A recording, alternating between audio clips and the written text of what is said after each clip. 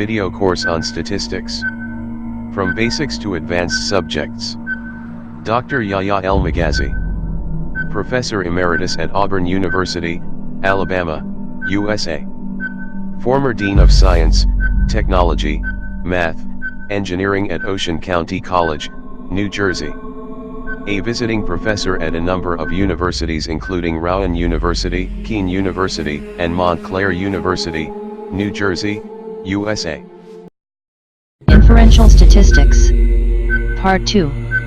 Estimation of population mean value when the standard deviation of the population is known. This session is about inferential statistics, estimation, and the confidence intervals. As you watch this session, it would be my advice that you use the material in the book and perhaps go in parallel with what you have in this session and try to perform the calculations manually to really get the benefits of understanding what we are trying to cover here. Let's go to directly to the session now and the slides because we have a lot to cover. As I mentioned in the introduction, one of the main learning objectives of statistics is to be able to estimate the parameters of a large population using the statistics of a small sample taken from this population. Inferential statistics, in essence, is a collection of methods that aim at revealing important information about population parameters from the statistics obtained from samples withdrawn from the population. There are two basic elements of inferential statistics that we will discuss in this session and in the next few sessions.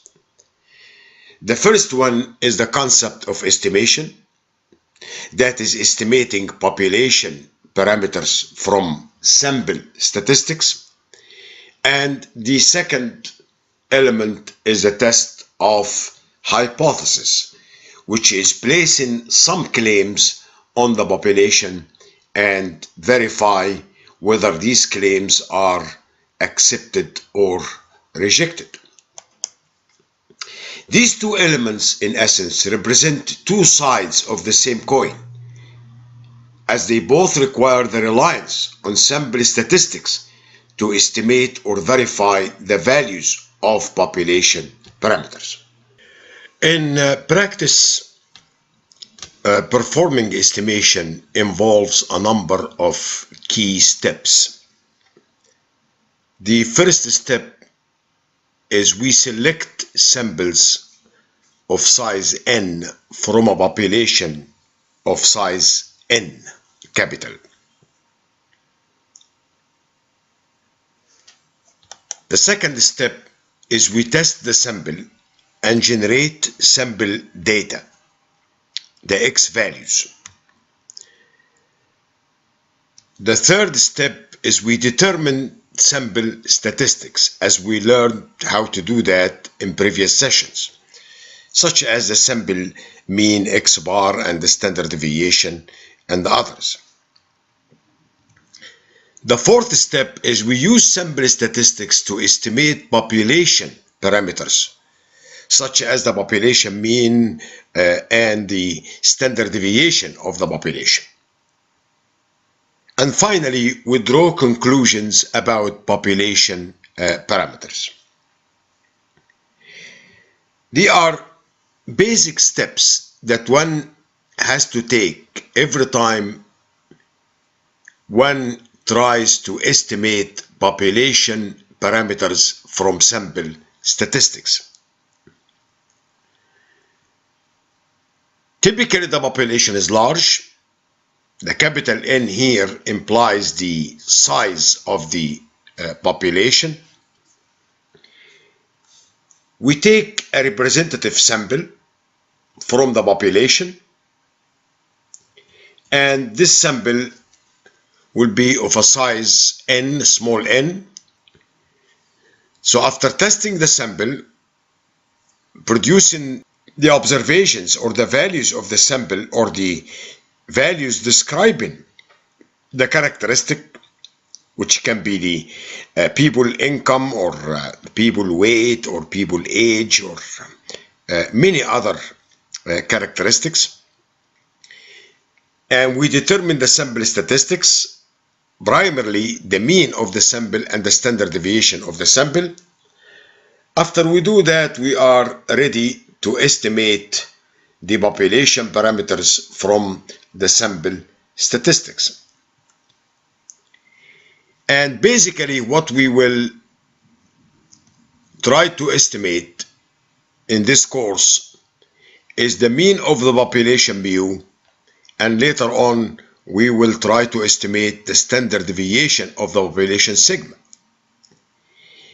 After we make our estimation, then we are ready to draw conclusions about the population. So our eyes should always be on the large population. The sample is a way to estimate population parameters. And as you know, samples come and go.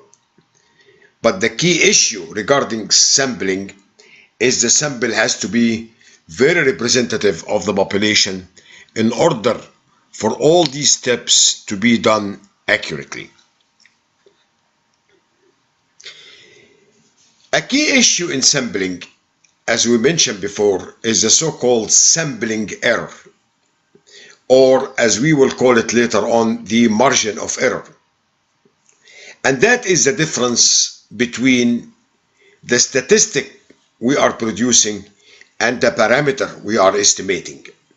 So if the statistic we are producing is X bar, or the average of a sample, and we are producing this statistic to estimate the mean of the population mu, then the difference between the two, or the margin of error, is a key aspect of our estimation. The smaller this difference is, the better the sampling error, or lower the sampling error, and definitely the better the estimation we are trying to make. In this session, we will begin by looking at estimating the population mean. And the problem of estimation is simply a problem of determining population parameters from sample statistics, as I mentioned. And the population mean is one of the most common parameter of the population that we like to estimate.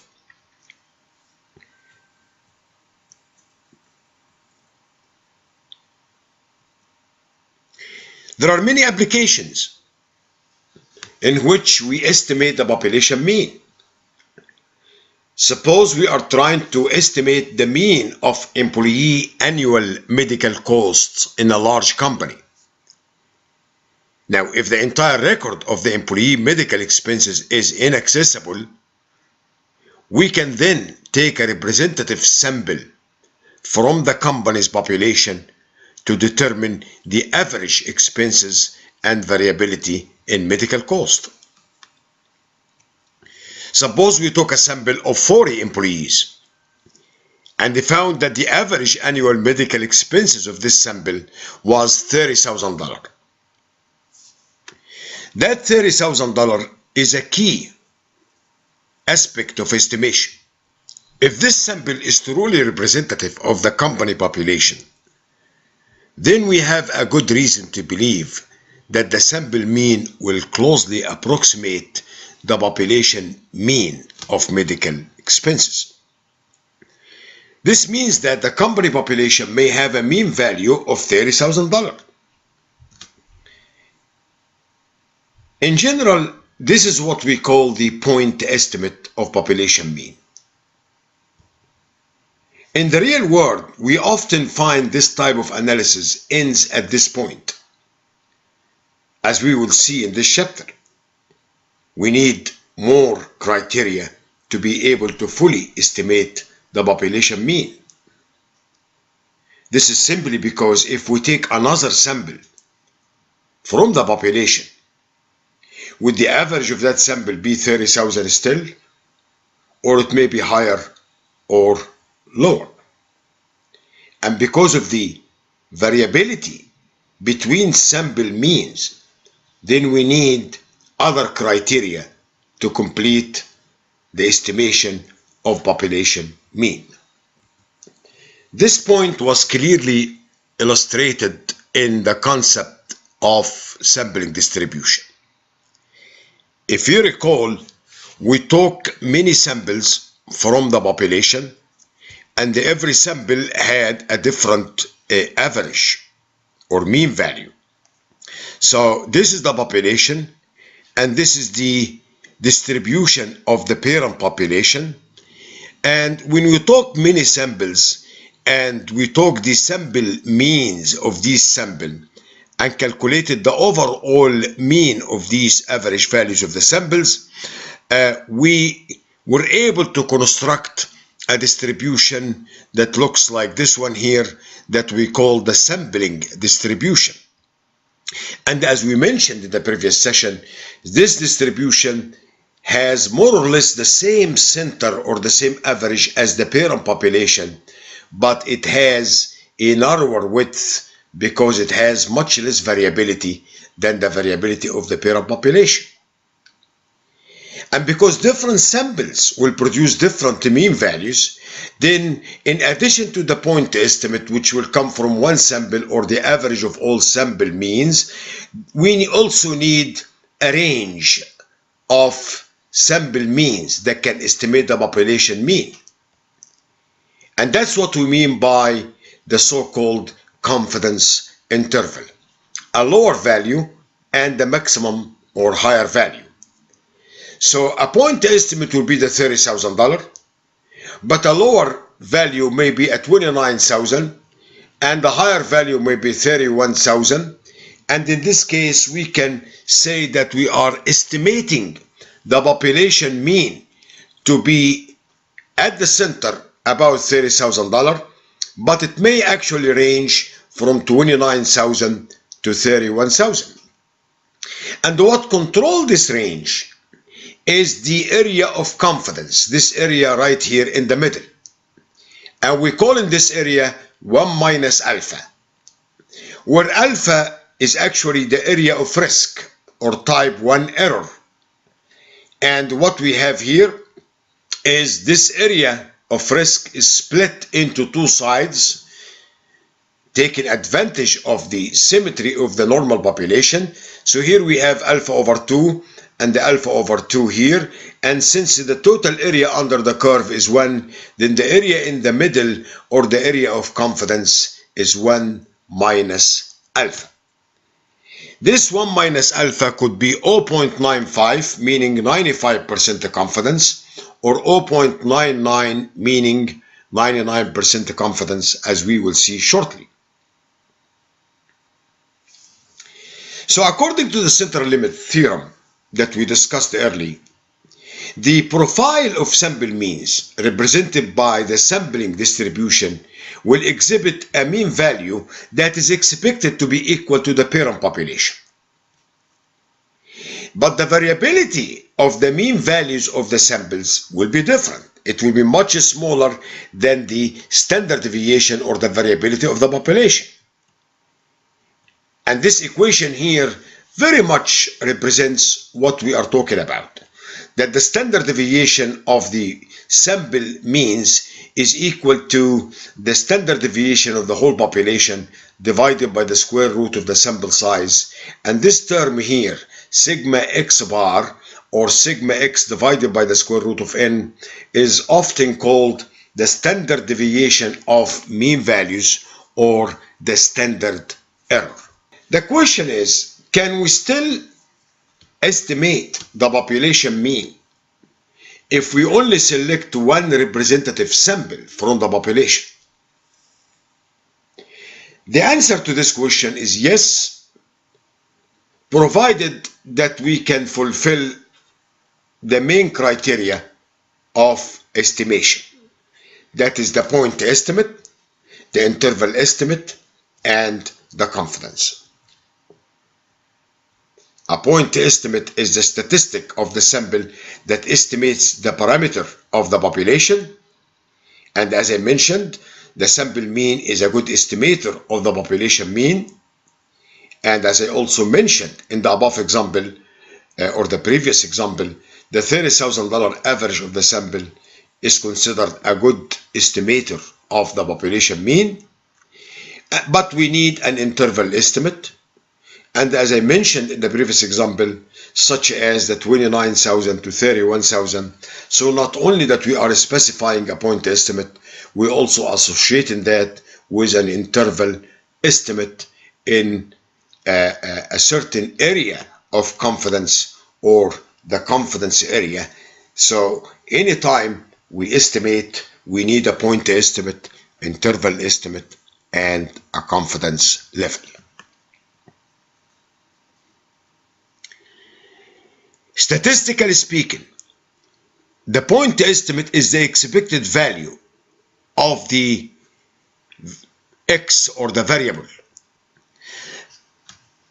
In our case, the expected value of the average of the sample or the expected value of X bar will be equal mu. If a real estate agent collected a random sample of houses in a certain area and found that the average house price of this sample of houses is $220,000, the point estimate in this case would be the $220,000. Why? Because the expected value of this sample mean is actually the population mean. That's just the expected value or the point estimate. The interval estimate, on the other hand, is a statement of two values between which we have some confidence that the parameter value will fall. And for estimating the population mean, the general form of an interval estimate is as follows. Mu is between L and U, where L is the lowest value of the estimation and U is the upper or highest value of the estimation. With X bar being the point estimate, this interval estimate can be described as follows. X bar minus some tolerance to X bar plus some tolerance. And that tolerance, as we will describe later on, is called the margin of error. We can also restate this as mu being estimated by X bar plus or minus E, or plus or minus the margin of error.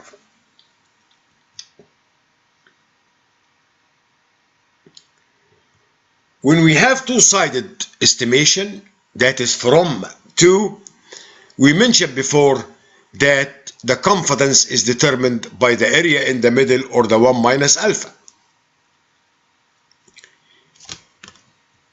When we have one-sided estimation, the confidence will be determined by one-sided area, as you can see here, meaning we're going to have to put the entire risk in one side. Here is the alpha, and the rest of the area, which will be the area of confidence, will be the 1 minus alpha. And in this case, the way we will express our estimation will be either less than mu or greater than mu. So we can either estimate mu by the lower side, X bar minus the margin of error, or estimate mu by the upper side, which is X bar plus the margin of error. Recall when we dealt with the standard normal table, one of the situations was to have a certain area and we were required to find the corresponding z value in the standard normal curve. The confidence level we were talking about a minute ago can be a 99% confidence, as you can see here, meaning we are allowing a risk of making a mistake of our estimation of 0.5% to the right and 0.5% to the left. That is the risk we are allowed to take, a total of 1% risk. When we transfer this into a standard normal curve, here is a standard normal curve, and as we know, the center of this will be 0 with a standard deviation of 1. Now, if you recall, the standard normal curve, or sorry, the standard normal table, only give the area up to a certain value of z, or this shaded area here. Well, at 99% confidence, 0.5% is in the right tail, so here is the 0.5% or 0.005. And what that means? It means we will be looking in the standard normal table at the z value corresponding to this entire area. And this entire area will be 1 minus 0.5% or 99.5%. So we need to look in the standard normal table at 0.995 per the structure of the normal or the standard normal table. So here is the standard normal table, at least a portion of it, and here is the area that we are looking at, or the closest value to it. And as we can see here, the z value corresponding to this area is 2.5, and as we move to where the area is and go up, we find the 0.8, so it is 2.58. So this means that our area of confidence of 99%, the z value will be 2.58. Here is another case where we have a 95% confidence.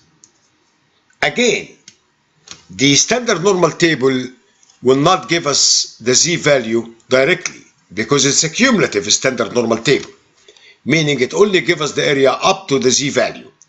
So in this case, this is 2.5% or 0.025, and the area, the shaded area here to the left, is 0.975. So if we go to the normal table, the standard normal table, and look for the area 0.975, we will find it corresponding to 1.96, as you can see here. So that means the z value at a confidence interval of two-sided of 95% is 1.96. If we are 90% confident, then we will have 10% risk divided into two parts, 5% here, 5% here, and you can guess that the area to the left in this case will be 95% or 0.95. And when we go to the standard normal table, we look at this area, we can either take this value, which will give us 1.64, or some would take this value here, which will give us 1.65. Either values will be okay. It's 1.64 or 1.65. For now, we need to keep in mind the values of z at the different confidence levels. At the 99%, when we deal with a two-sided estimation, meaning from 2, that's the estimation of mu, then our z value will be 2.58. If we're dealing with 95%, our z value will be 1.96. And when we're dealing with 90%, our z value will be 1.64. Now, if you repeat the analysis we did a minute ago, you will find that when we're dealing with one-sided, the z value at 99% will be 2.33. At 95% it will be 1.64, and at 90% it will be 1.28. We will start our applications of estimation of the population mean now by establishing the point estimate, the interval estimate, and the confidence. Before we do that, we have to specify a number of scenarios that we may face in estimating the population mean. The first scenario or the first situation is when the standard deviation of the population is known. Meaning we are lucky enough, fortunate enough to know the population standard deviation. Typically, the population standard deviation can be known from historical data. Everybody in an organization dealing with variables all the time should know more or less the range or the variability of that variable. So that's the first scenario. The population standard deviation, sigma, is known. Later on, we will talk about another scenario, which is when the population standard deviation is unknown. Now, we're dealing now with the population standard deviation being known. And in this case, we may face three different situations as well. The first situation, when we have the luxury to take a large sample, meaning we can take a sample that has 30 components or more. In this case, we will use the normal distribution or the standard normal distribution, as we will see shortly, to estimate the mean of the population. The second situation, when the sample size is not large, that is less than 30, maybe 10 or 15 or 5. In this case, we still can use the normal distribution to estimate the mean of the population, provided that we are willing to make the assumption that the parent population is normally distributed. Now, the third situation is when the sample size is small, but we are not willing to assume that the population variable is normally distributed. And that is outside the scope of what we are discussing here, because in this case we use the so-called non-parametric statistics to estimate mu. Let us start with the first condition. The population standard deviation is known, and we're going to be dealing with situation 1 or condition 1, which is the sample size is large, and we will show you how to use the normal distribution to estimate mu in this case.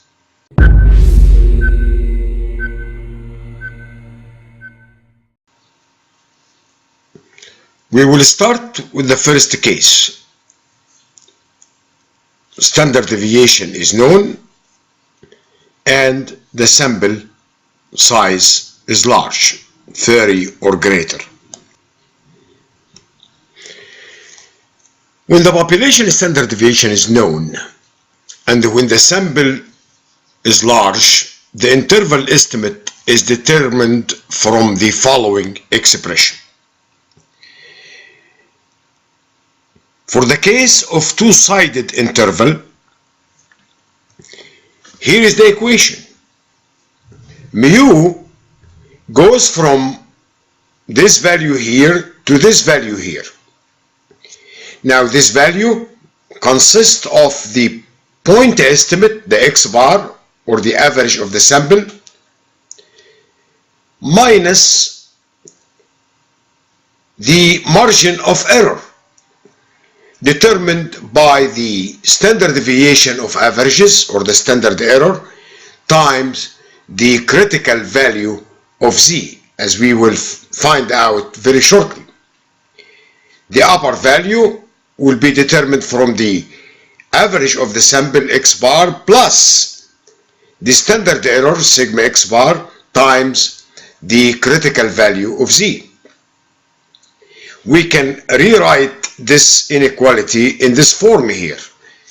It simply implies that mu will be equal or estimated by x bar, the point estimate, plus or minus the margin of error, which is determined from the standard deviation of averages, or the standard error sigma x bar, times the critical value of z at the area of confidence that we will specify. We also need to indicate that sigma x bar is determined from the standard deviation of the population sigma divided by the square root of the sample size. This is very important. So as you can see here, we have to first find the point estimate x bar, and second, we have to know the standard deviation of the population, and third, we have to know the sample size, and then we can find the z-value from the standard normal table based on the confidence that we establish. Let's take an example.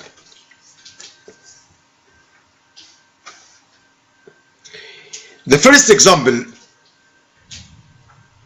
says, use the following information to find the margin of error E. This example is about factory workers' monthly earnings. We have 64 workers, this is the sample size, and when we determined or calculated their monthly earning average, we found that the sample mean is $2,800.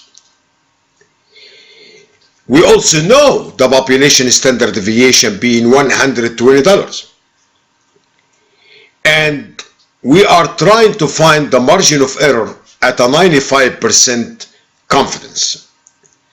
So what is known here is the sample size, the 64, the sample mean, the 2,800, the standard deviation of the population, the $120, and the confidence level, which is 95%. Now we can use the equation we mentioned earlier, which is the estimation of mu being equal to the point estimate x bar plus or minus the critical value times sigma divided by the square root of n. Now we know that the average is 2,800. We know that the standard deviation is 120. That's the standard deviation of population. We also know that the sample size is 64. So the only thing left for us now to find is the z-value, because all of these are given. The only thing that's not given is z, but we have the confidence level of 95%. At 95% confidence, if you recall, we have a z-value of 1.96. This is the value that can be found from the normal table.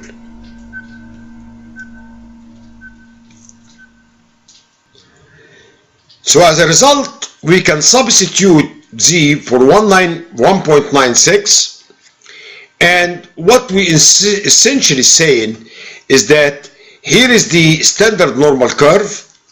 So at a 95% level of confidence, which is the area in the middle here, we have a z-value of 1.96, meaning if we estimate the mean of all the factory workers, we will be in confidence at 95%, and we'll be taking a risk of 5%. And as you can see, this risk here is divided into two parts by the symmetry of the normal distribution, 2.5% here and 2.5% in the other side, or 0.025 and 0.025.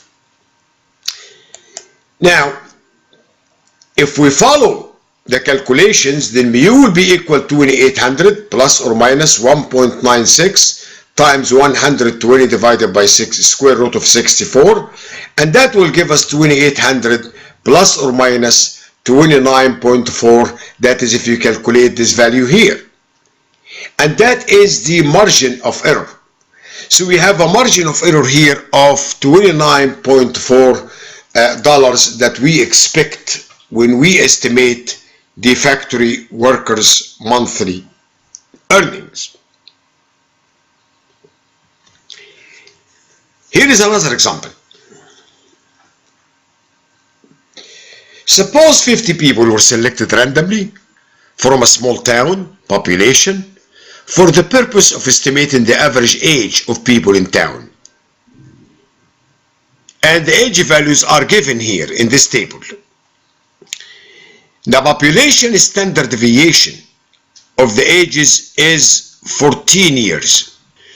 So what we are given here now is the sample size being 50. That's a larger sample size, and that's what we have to keep in mind.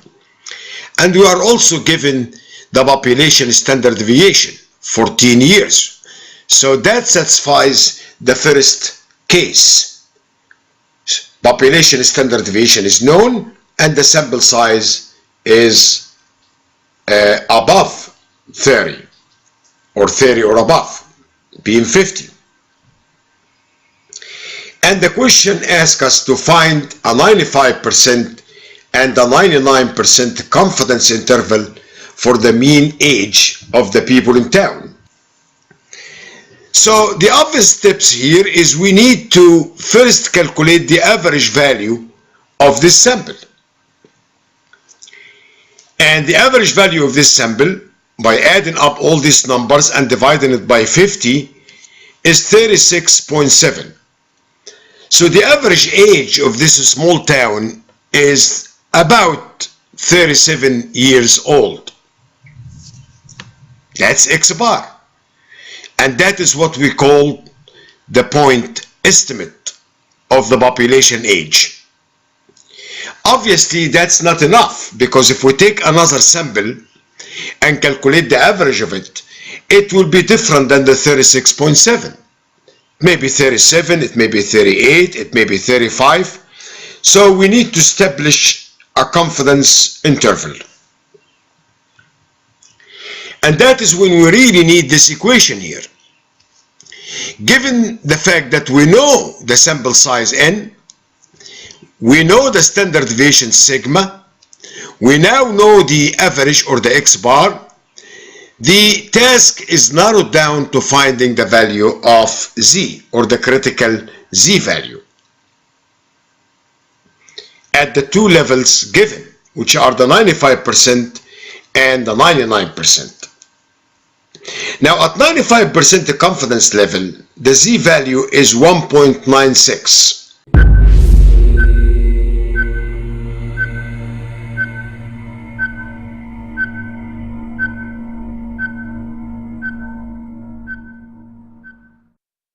So we now know this value as well. So as a result, we substitute all the values into the inequality, and here is what we get.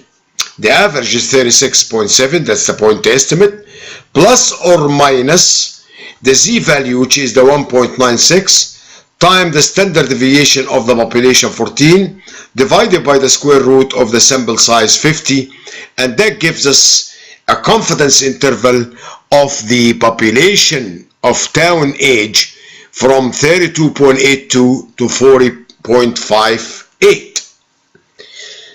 This is the whole idea. We have a range or a confidence interval from 32.82 to 40.58 in 95% of the time. Now, as you can see, if you calculate this value alone, you have a margin of error of 3.88. So you need to keep that in mind. So according to this calculation, the 95% confidence interval for mu would be from 32.82 to 40.58. In other words, we could be 95% confident that the mean age mu of all people in this town is somewhere between 32.82 or about 33 years old to 40.58 or about 41 years old. That is the complete estimation.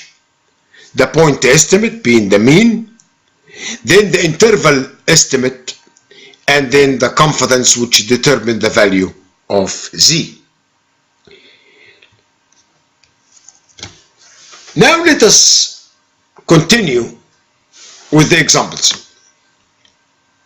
By going now to another situation where the sample size is less than 30, but we are willing to assume that the population variable is normally distributed.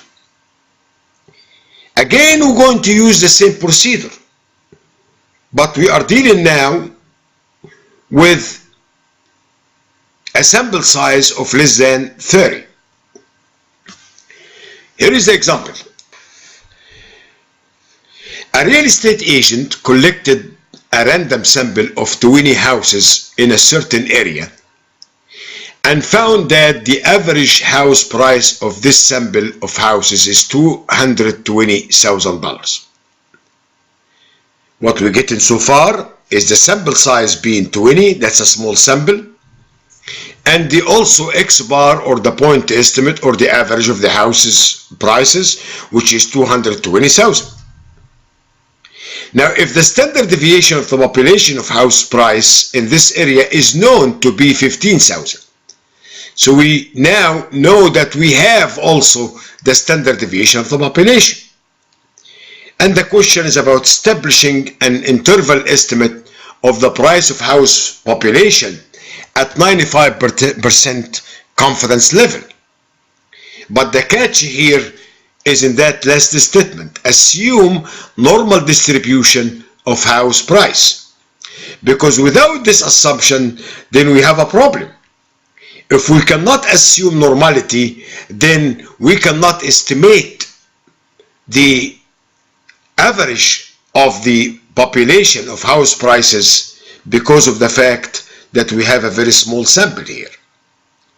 So how are we going to go about solving this problem? Here is our interval, confidence interval. We are giving you the X bar, 220,000. We are giving you the standard deviation of population being 15,000. The sample size N is 20. And since the normal distribution applies, then we can use the same formula we've used for the large sample, as you can see, and that gives us the values of the confidence intervals. Since the confidence level is at 95%, and we know already that this is 1.96 z-value, we can substitute for the z-value in the inequality, and that gives us the margin of error, or gives us the overall interval of the estimate from 213,000 something to 226,000. So we now have the complete estimation despite the fact that the sample size was small, only because we were able to assume that house prices are normally distributed.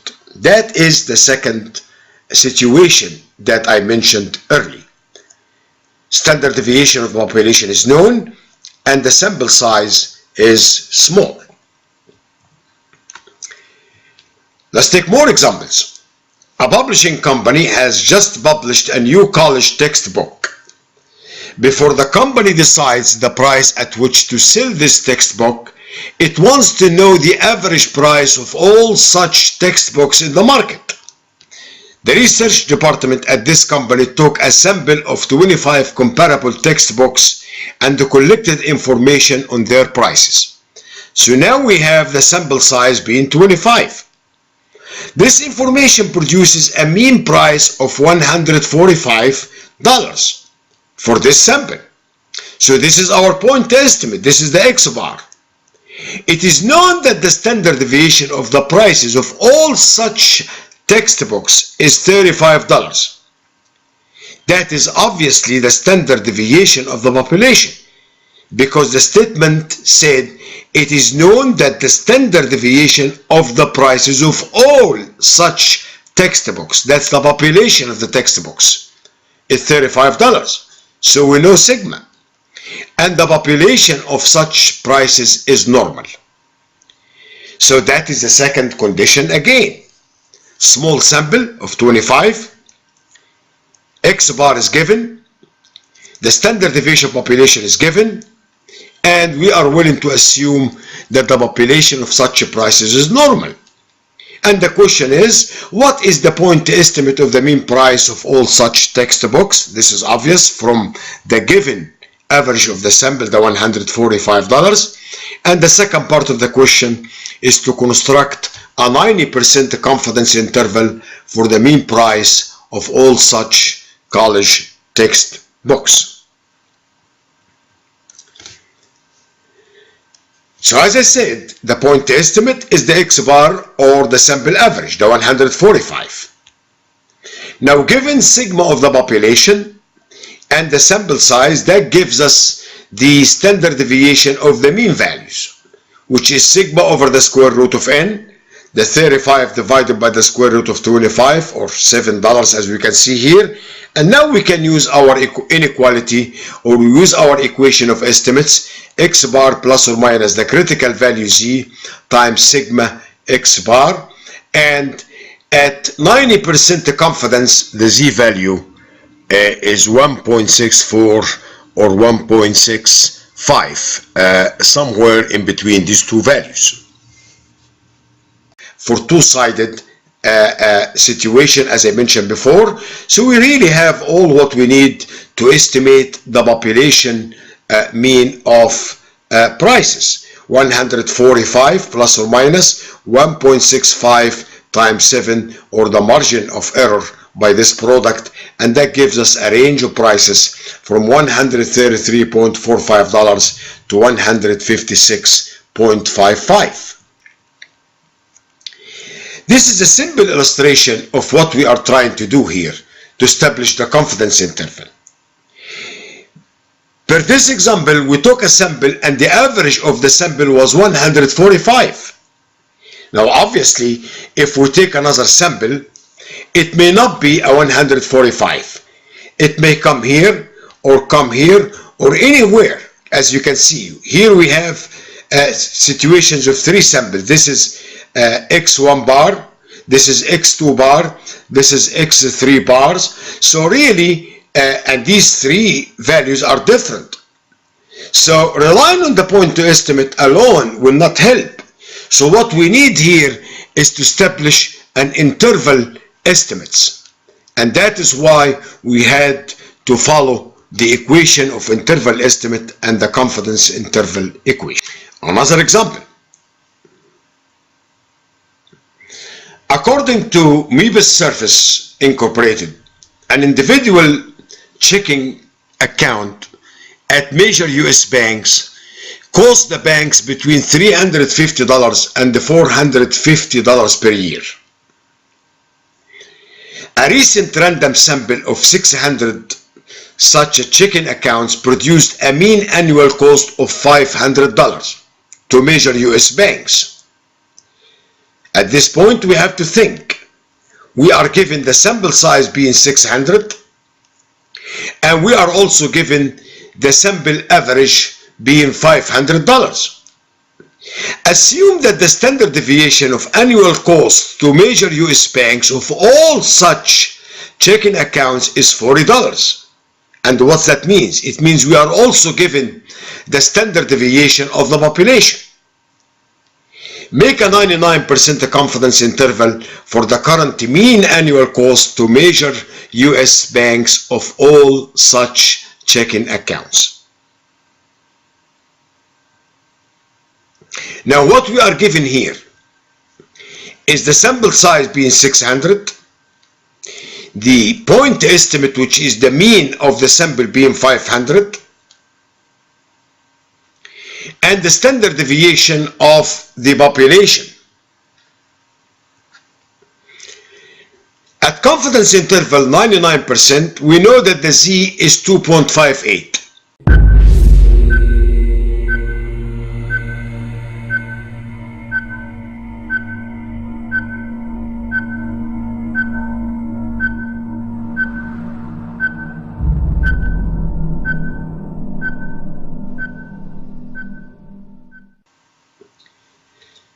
And according to this condition, we can use the normal distribution, meaning we can calculate the standard deviation of mean by the sigma, or the standard deviation of the population, which is 40, divided by the square root of the sample size, which is 600, and that gives us 1.632. And now we are ready to estimate and establish the confidence interval, mu being equal to the point estimate X bar plus or minus Z times sigma X bar, or 500 plus or minus 2.58 times the sigma x bar, and that gives us a range from 495.79 to 504.21. Thus we can state that with 99% confidence, the current mean annual cost to major US banks of all individual checking accounts is between 495.79 to 504.21. That's an interesting information. A lot of us who have checking accounts in the bank do not actually know that it costs the bank money to have our checking account running. And of course, this cost may include the cost of employees who are handling our accounts and the cost of different transactions associated with the checking account.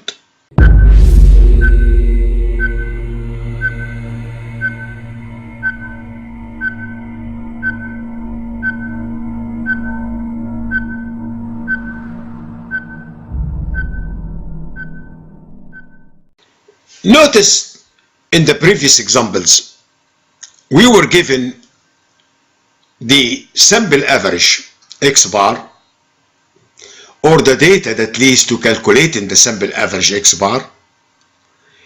We were also given the standard deviation of the population, and if the sample size was large, we can use a normal distribution to make the estimation. And if the sample size was small, but the population is normally distributed, we were also able to use a normal distribution for the estimation. But the point here is that we gave you the sample size. And one might ask whether this sample size that we give you is accurate or not. Meaning, if we say that the sample size is 20 or 30 or 50 or 100, is this good for the estimation? And now we have to really discuss the issue of sample size. What is the minimum sample size we should use to estimate the mean of the population? One of the practical questions that we often face in life is how much should we test, or what is the minimum sample size should we use to estimate the mean mu? This question is a result of the fact that sampling and testing are very costly, and testing more than we need will cost us money. So we really need to be able to determine the minimum sample size. In addition, we know that there are many tests that are destructive in nature. Here are some examples. How many cars should we destroy in an impact test to evaluate safety features? How many auto safety airbags should we test to evaluate deployment performance? We know that airbags, in order to test them, we have to also destroy them. So these are destructive tests. How many people should we test for a new experimental weight loss treatments? We may not have the luxury of having a large number of people. How many computers should we inspect before we deliver a large shipment to a big retailer? That's a very costly option. The more computers we inspect, the more people we need, the more inspection time we need, and that's also costly. In these situations and the like, we really need to determine the minimum sample size. The question of what is the minimum size or the minimum sample size alone is not really the correct question. So what's the proper question? The proper question is, how much should we test this particular characteristic or variable so that our sample average lies within a certain tolerance, we're going to call this E, from the population average mu in 95% or 99% of the time.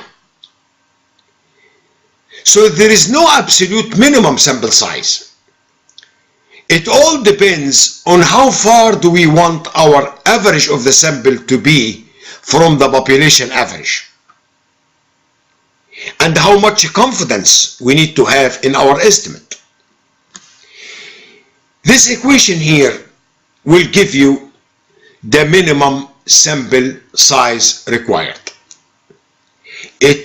N, or the minimum sample size, is equal to Z, which is the critical value determined from the standard normal curve, and we know that this critical value will depend on the confidence level we have, 90% or 95% or 99%. It will also depend on the standard deviation of the population, and that may be given or it may not, as we will see later on, and in this case we have to estimate it as well. And it also depends on the tolerance or the difference between the sample mean and the population mean. This is a very important equation. However, this equation implies that we already know the tolerance, and in most cases we really know roughly the tolerance or the difference between the population mean and the sample mean. Here is an example. If the standard deviation of the IQ of the population of math professors is known to be 20, so we are giving you the standard deviation here, and we want to estimate the mean IQ score of the population of math professors. The question is, how many math professors must be randomly selected for IQ tests if we want a 95% confidence that the sample mean is within 3 IQ points of the population mean? Keep in mind that this is the tolerance here. This is mu minus x bar. This is the difference between the population mean and the sample mean that we are about to select. But before we select this sample, we need to estimate, or determine the minimum sample size. Using a 95% confidence and given the standard deviation of 20 and the tolerance of 3 or E, the minimum sample size from our equation will be calculated as follows. We have the Z value at 95% being 1.96, so we know this value. We have E being 3, and we have sigma being 20, and now we can calculate our minimum sample size. Here we have 1.96 times 20 divided by 3, and we have to square all of this, as you can see here, and that gives us 171. It actually gives us 170.738, but if we are estimating the sample size, we should always round up the number. If the number is 170.738, we should make it 171, as you can see in this example. What we covered here is how to estimate the population parameter mu, or the mean of the population, given the standard deviation of the population, to develop our interval estimate. Depending on the confidence that we need to establish, the Z value will be determined from the normal table or from the Z notation slide that we showed you, and given the X bar, the standard deviation, the sample size, and finding the value of Z will complete the estimation, point estimate, interval estimate, and confidence. I just want to make one point, is that if you are given the standard deviation of the population, then we need to use it. And the issue here is, are we going to have the standard deviation population? Is it always available? And the answer is really hardly available, because it is the variability of the whole population which we are trying to estimate. We will discuss more on estimation in the next session.